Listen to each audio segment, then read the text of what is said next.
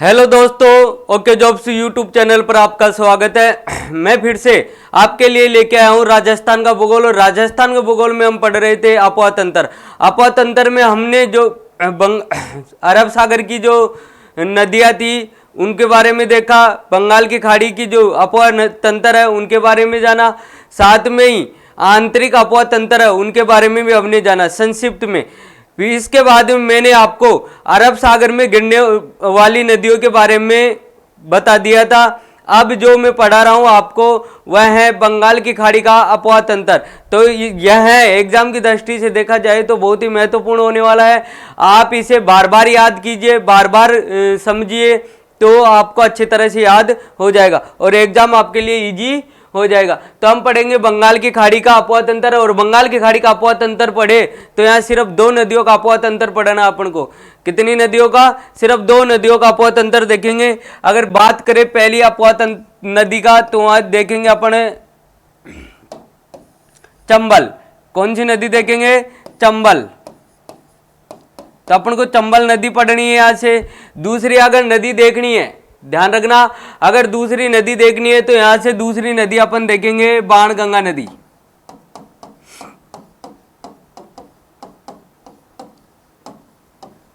दो नदियों का अफवाह तंत्र देखेंगे। दो नदियों के अफवाह तंत्र देखोगे तो आपको अच्छे से याद हो जाएगा कि यह दो नदियों की ही सहायक नदियों से बंगाल की खाड़ी का अफवाह तंत्र बनता है राजस्थान में। अगर चंबल नदी की बात करें तो देखो चंबल नदी की सहायक नदियां यह दिया हुआ है। चंबल नदी की सहायक नदियां बात करें, पार्वती हो गई, कुराल हो गई, बनास हो गई, काली सिंध हो गई, बामनी हो गई और सीप हो गई।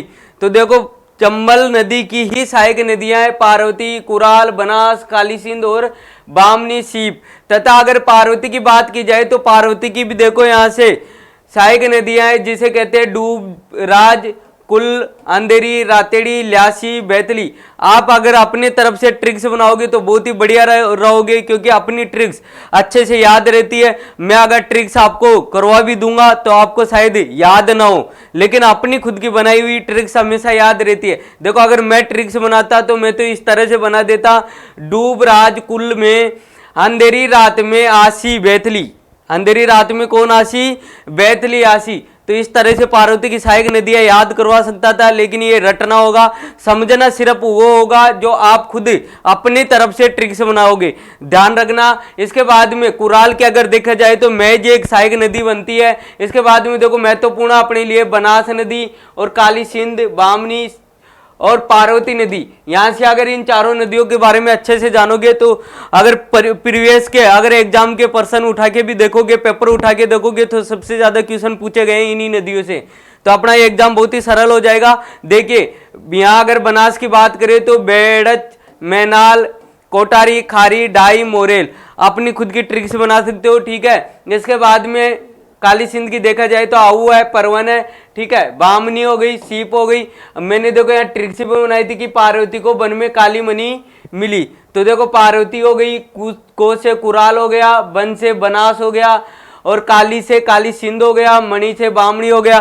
तो अपनी खुद की ट्रिक्स है ये याद करने के लिए। आप अपने खुद के स्तर पर अगर ट्रिक्स बनाओगे इनको देख देख के तो आपको अच्छे से याद हो जाएगा और शायद ऐसा हो कि आप भूल भी नहीं पाओ। आगे देखते हैं इसी के बारे में। तो यहां से देखो मैंने ये एक मॉडल बनाया है, किसका? चंबल नदी का। तो देखो चंबल नदी यहां से निकलती है और यह स्थान है जनापाव। यह स्थान कौन सा है? जनापाव। जनापाव की पहाड़ियां हैं ये, जो कहां पड़ती है? देखो यार एरर आ रहा है थोड़ा सा, कोई बात नहीं है, यहां लिख देता हूं मैं। जनापाव की पहाड़ियां, जनापाव की पहाड़ियां एमपी में, ठीक है। विंध्याचल पर्वत से निकलती है ये जनापाव की पहाड़ियां एमपी से। कौन सी नदी? चंबल नदी। ये उद्गम स्थल है इसका। यहां से निकलते हुए ये ध्यान रखना, यहां से निकलते हुए ये गाज का निर्माण करती है और कहां तक? चौरासीगढ़। चौरासीगढ़, चौरासीगढ़ चित्तौड़गढ़ में, चौरासीगढ़ चित्तौड़गढ़ में यह राजस्थान में प्रवेश करती है। और ध्यान रखना, यहां पर राजस्थान में जब प्रवेश करती है तो चित्तौड़गढ़ में यहीं पर ही एक जल प्रपात बनाती है जिसका नाम है चूलिया। क्या नाम है? चूलिया। तो याद रख सकते हो चित्तौड़गढ़ चूलिया, यानी जैसे चित्तौड़गढ़ जैसे चूलिया। ध्यान रखना, जैसे चित्तौड़गढ़ और जैसे चूलिया याद रख सकते हो। तो मैं यहां लिख देता हूं चूलिया जलप्रपात, चूलिया जलप्रपात। ठीक है दोस्तों।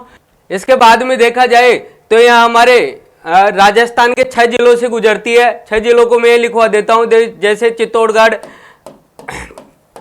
क्वेश्चन आता है तो आपको यहां एंट्री करनी है चित्तौड़गढ़। चित्तौड़गढ़ के बाद में की जाए तो अपन कोटा कर सकते हैं। क्या कर सकते हैं? यहां से कोटा। क्या कर सकते हो दोस्तों? कोटा। ठीक है। कोटा के बाद में देखा जाए तो बूंदी, बूंदी के बाद में सवाई माधोपुर, सवाई माधोपुर के बाद में देखा जाए तो करौली और धौलपुर।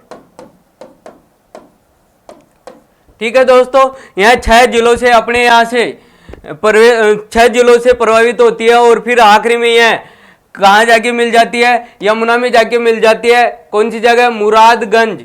मुरादगंज। देखो दोस्तों, यहां कंफ्यूजन ज्यादा है। कंफ्यूजन क्या है? इसकी लंबाई को लेकर। कंफ्यूजन क्या है? इसकी लंबाई को लेकर। अगर लंबाई देखी जाए तो 965 किलोमीटर माना गया है, 965 किलोमीटर माना गया है। लेकिन अगर ध्यान दो आप अच्छे से तो 151 किलोमीटर कुल लंबाई होती है। कारण यह है कि यह कुछ क्षेत्र पर 106 किलोमीटर, 106 किलोमीटर लगभग, अगर देखा जाए 106 किलोमीटर नहीं बल्कि 86 किलोमीटर, 86 किलोमीटर क्या बनाती है? ये गाज का निर्माण करती है, यानी 86 किलोमीटर या गाज का निर्माण करती है। तो इस प्रकार से अपने यहाँ 86 किलोमीटर को भी अगर 965 में जोड़ दिया जाए तो कुल लंबाई कितनी होगी इसकी? 1051 किलोमीटर होगी। इसके बाद में देखिए जो दोस्तों, यह है जिसमें देखो सहायक नदियों अगर देखी जाए तो सहायक नदियों की बात करें, अगर मध्य प्रदेश से सहायक नदियों की बात करें तो देखो एक काली सिंध आती है और एक पार्वती आती है, जो दोनों किसमें मिलती है? चंबल नदी में मिलती है। इसके बाद में देखो काली सिंध नदी के एक परवन नदी निकलती है सहायक नदी, और एक आओ नदी। जहां काली सिंध और आओ मिलती है वहां एक दुर्ग है जिसको कहा जाता है गागरोन का दुर्ग। गागरोन का दुर्ग। क्या कहा जाता है दोस्तों? गागरोन का दुर्ग। तो देखो यहाँ एक जल दुर्ग है गागरोन का दुर्ग, और कहाँ कौन सी नदियों के संगम पे है? काली सिंध और हाउ संगम पर है। इसके बाद में देखो परवन और काली सिंध नदी जहां मिलती है इसके संगम पर भी एक आता है मनोहरपुर थाना दुर्ग। यहाँ थोड़ा एरर हो रहा है, मैं इसको एक बार स्किप कर देता हूं, उसके बाद में अच्छे से याद हो जाएगा। चलो यहां तो मैं लिखता हूं गागरोन का दुर्ग। यहां देखो एक बार, यहां मैं लिखता हूं गागरोन का दुर्ग, गागरोन का दुर्ग। अब ये तो पता ही चल गया होगा कि ये गागरोन का दुर्ग कहां है। गागरोन की दुर्ग की बात करें तो झालावाड़ में, झालावाड़। ठीक है दोस्तों। इसके बाद में यहां जो परवन और काली सिंध जहां मिल रहा है वो यहां लिख देता हूं मैं एक बार, मनोहरपुर थाना दुर्ग। ठीक है दोस्तों, तो ये आपको अच्छे से याद करनी है। इसके बाद में देखो यहां से एक नदी निकलती है यहां से बनास, जो इसकी महत्वपूर्ण सहायक नदी है किसकी? चंबल की। चंबल की सबसे महत्वपूर्ण सहायक नदी है बनास। देखो बनास की बात करें तो बनास की भी कुछ सहायक नदियां हैं। यह खमनोर की पहाड़ियों से निकलती है, अजमेर से। खमनोर की पहाड़ी कहां से निकलती है? खमनोर की पहाड़ी राजसमंद से निकलती है। यहाँ थोड़ा एक मिनट तो दोस्तों, तो यहाँ अजमेर की जगह आपको क्या लिखना है? राजसमंद, क्योंकि खमनोर की पहाड़ियाँ क्या है? राजसमंद में है। और ये खमनोर की पहाड़ियाँ तो आपको याद ही आ गई होगी, हल्दी घाटी का युद्ध। ठीक है, इसके बाद में देखा जाए तो कोटारी नदी, कौन सी नदी आएगी? कोटारी नदी। और ये बेड़च नदी देखो यहाँ एक मैनाल नदी है, जो मैनाल नदी की बात करें तो भीलवाड़ा से निकलती है, और अगर बेड़च नदी की बात करें तो उदयपुर से निकलती है, जो सबसे पहले क्या कही जाती है? आयड़ नदी के नाम से जानी जाती है। कौन से नाम से जानी जाती है? आयड़ नदी के नाम से जानी जाती है। और इसकी बात करें तो यह निकलती है वही गोगुंदा की पहाड़ियों से। कौन सी पहाड़ियों से निकलती है? गोगुंदा की पहाड़ियों से। देखो अभी याद आया होगा आपको कि गोगुंदा की पहाड़ियां और खमनोर की पहाड़ियों के बीच में एक स्थान आता है हल्दीघाटी। हल्दीघाटी के बारे में तो आप अच्छी तरह जानते हो, महाराणा प्रताप के जो महत्वपूर्ण युद्ध है उनमें से एक युद्ध हुआ था हल्दीघाटी का युद्ध में। ठीक है, तो यहाँ दोस्तों देखो गोगुंदा हो गया, गोगुंदा से बेड़च निकलती है, खमनोर हो गया, बनास निकलती है, यहाँ आ गया कोटारी। कोटारी भी एक दिवेर की पहाड़ियां, दिवेर याद आ गया होगा, दिवेर की पहाड़ियां, वहां से कौन निकलती है? कोटारी नदी निकलती है। तो कोटारी नदी का उद्गम स्थल है दिवेर की पहाड़ियां। और दिवेर भी याद आ गया होगा कि यह क्या कहलाता है? राजस्थान का मैराथन। और राजस्थान का मैराथन की बात हो रही है तो आपको पता है दिवेर का युद्ध हुआ था और उसमें अमर सिंह की जीत हुई थी। इस वजह से अगर कर्नल जेम्स टोड की बात करें तो उन्होंने इसको क्या कहा था? दिवेर के युद्ध को मैराथन। क्या कहा था? मैराथन। ठीक है, इसके बाद में बात करें खारी नदी। खारी नदी की बात करें तो बिजराल की पहाड़ियां। किसकी पहाड़ियां भाई? बिजराल की पहाड़ियां। तो देखो यहां से कुछ पहाड़ियां भी आपको याद हो रही होगी। बिजराल की पहाड़ियां जो अरावली में है वो खारी नदी का उद्गम स्थल है। इसके बाद में एक आता है मोरेल, जो बस्सी जयपुर चैनपुरा की पहाड़ियां है जहां से मोरेल नदी निकलती है और यह किस में मिलती है? बनास नदी में मिलती है। ठीक है, इसके बाद में देखो यहां से ये निकलकर बनास नदी और कहां मिल जाती है? रामेश्वर धाम। कहां पर है? सवाई माधोपुर। रामेश्वर धाम सवाई माधोपुर। ठीक है, समझ में आ गया। इसके बाद में हम और भी कुछ बातें करेंगे, लेकिन अभी हाल फिलहाल हमें क्या पढ़ना है? सिर्फ चंबल नदी पढ़नी है। इसके बाद में जब बनास बेसिन पढ़ेंगे तो बनास नदी के बारे में बात करेंगे। इसके अलावा एक नदी आती है बाणगंगा। इसके अलावा कौन सी नदी आती है? बाणगंगा नदी आती है। जो बाणगंगा कहाँ मिलती है? सीधी अगर बात करें तो यूपी में जाके मिलती है। तो इस प्रकार से जयपुर बैरार से निकलती है और इनकी भी बात करेंगे अपने, इनके कौन कौन से स्थानों को क्या क्या कहा जाता है। तो यहां तक आपको याद हो गया होगा। इसके बाद में नेक्स्ट चलते हैं दोस्तों। तो यहां देखिए ये जो मैं लिखवा रहा हूं ये आपके समझने के लिए है। बार बार आप अगर आप वीडियो देखोगे तो आपके समझ में आ जाएगा। इनकी पीडीएफ चाहिए तो आपको हमारे जो डिस्क्रिप्शन होता है उसमें आपको इनका एक लिंक मिलेगा और आप टेलीग्राम से भी अपनी पीडीएफ प्राप्त कर सकते हो। इसके बाद में देखो भाई यहां से देखो ये जना पाव की पहाड़ियां हैं। कौन सी पहाड़ियां हैं? जना पाव की पहाड़ियां। जना पाव की पहाड़ियां, जना पाव की पहाड़ियां मध्य प्रदेश। ठीक है दोस्तों, हम चंबल नदी की बात करते हैं सबसे पहले। इसके बाद में देखो यमुना जो नदी है मुरादगंज में, वहां ये क्या हो जाती है? मिल जाती है। क्या कर जाती है? मिल जाती है। कौन सी जगह है भाई? उत्तर प्रदेश। कौन सी जगह है? उत्तर प्रदेश। ठीक है दोस्तों, इसके बाद में बात करें यह 84गढ़ राजस्थान से प्रवेश करती है और यह चूलिया जलप्रपात बनाती है। कौन सी प्रपात बनाती है? चूलिया जलप्रपात।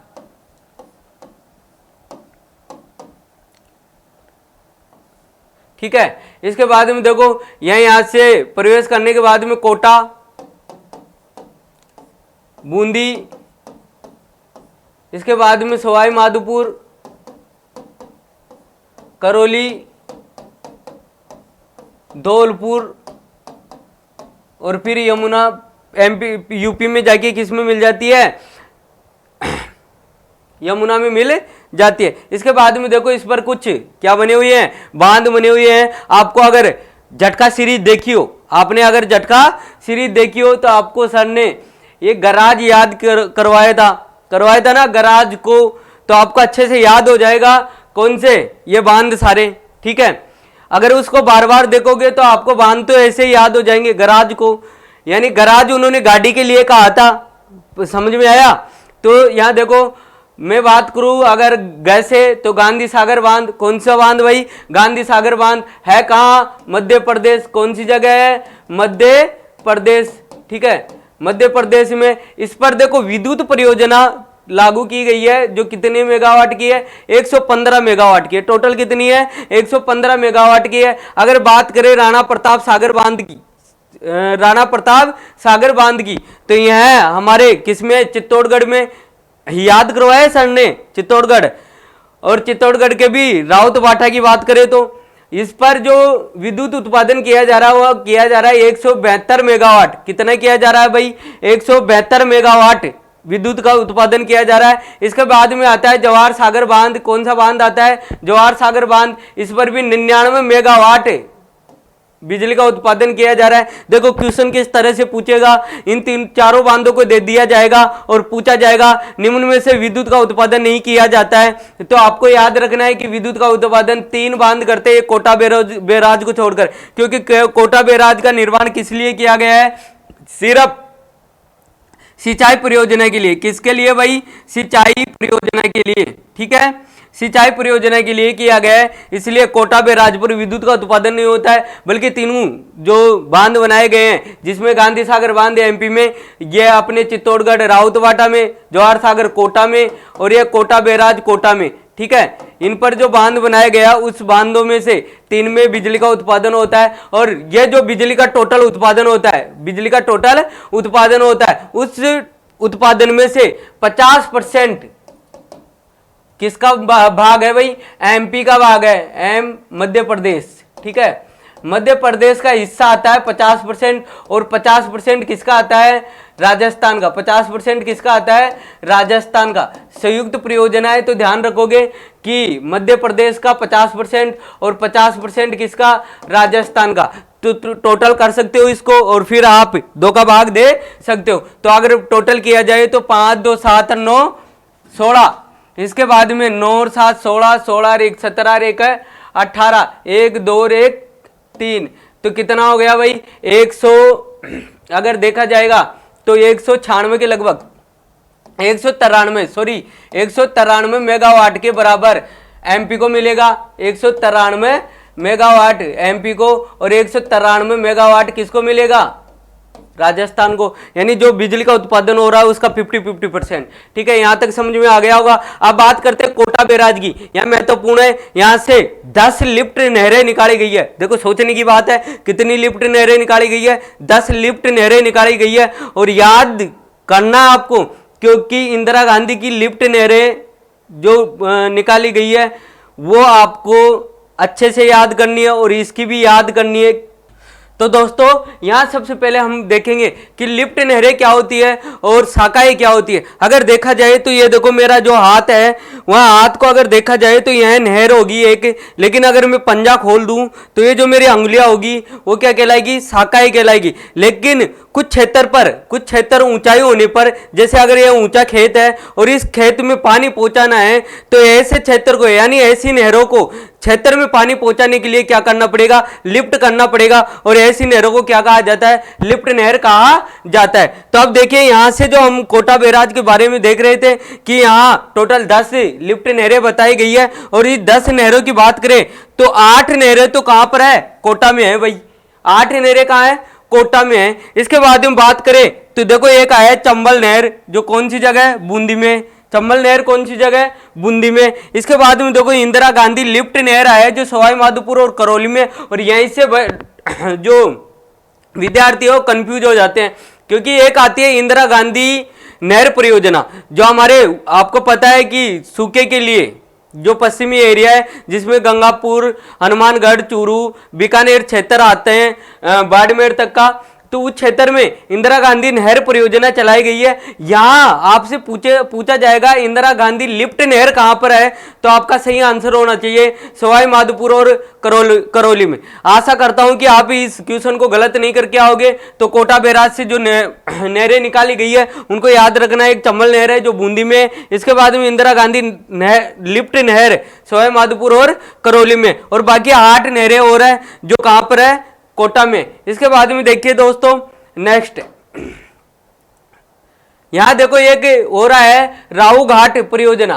राहू घाट परियोजना देखो अगर देखा जाए तो एक करौली में स्थित है। कौन सी जगह स्थित है, करौली में स्थित है। और नदी कौन सी होगी, चंबल ही होगी, नदी कौन सी होगी, चंबल ही होगी। देखने को थोड़ा नया लग रहा होगा लेकिन अपडेट है ये।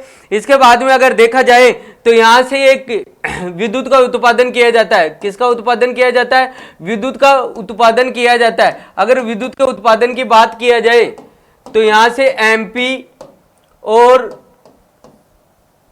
राजस्थान, एमपी और राजस्थान को आपको पता है 50-50% हिस्सा होता है और उस 50-50% हिस्से में 79 मेगावाट तो इसको मिलेगा और 79 मेगावाट इसको मिलेगा।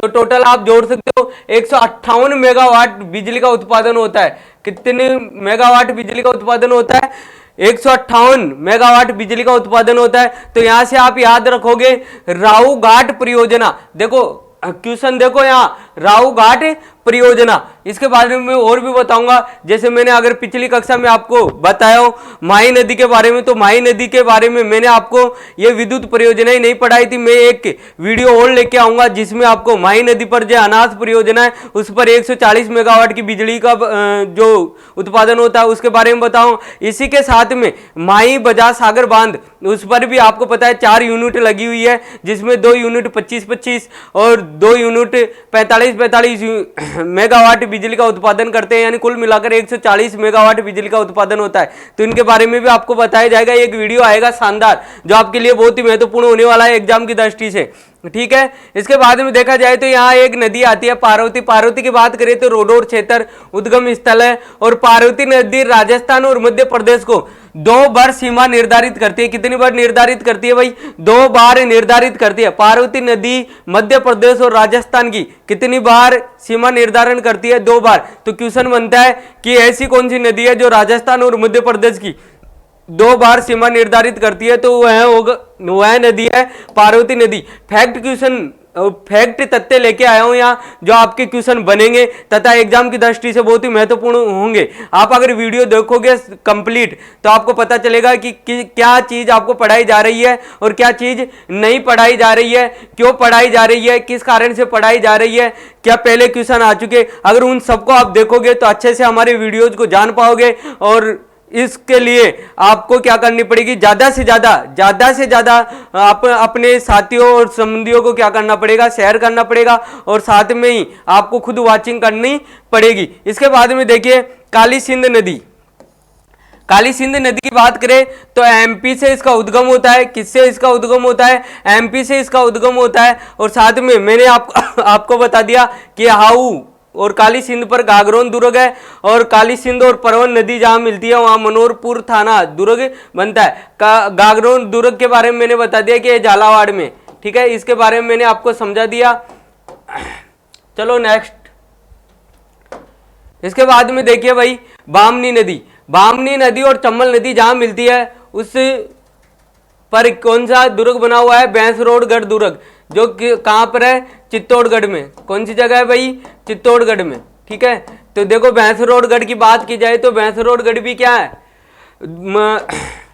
जल दुर्ग है, ठीक है। इसके बाद में हमने देखो चंबल नदी के बारे में बात की।